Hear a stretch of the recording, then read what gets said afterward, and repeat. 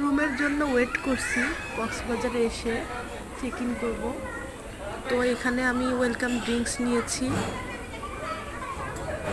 আর সাথে ছিল একটা স্যান্ডউইচ। ভাবছি নাস্তাটা করে ফেলি, সময় লাগছিল আমাদের রুম পেতে।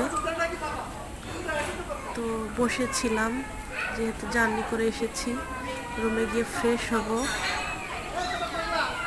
সো বাইরে আর ঘোরাঘুরি করছিলাম না, বসেই ছিলাম। বাকিটা পরে তোমাদের সাথে শেয়ার করব। এখন একটু রেস্ট নিচ্ছিলাম। শীতের দিন, তো বাহিরে রোদ বের হয়েছে, ওয়েদারটা যাই হোক একটু গরম হয়েছে। এখানে বসে থেকে দেখছিলাম সব কিছু। আল্লাহ হাফিজ।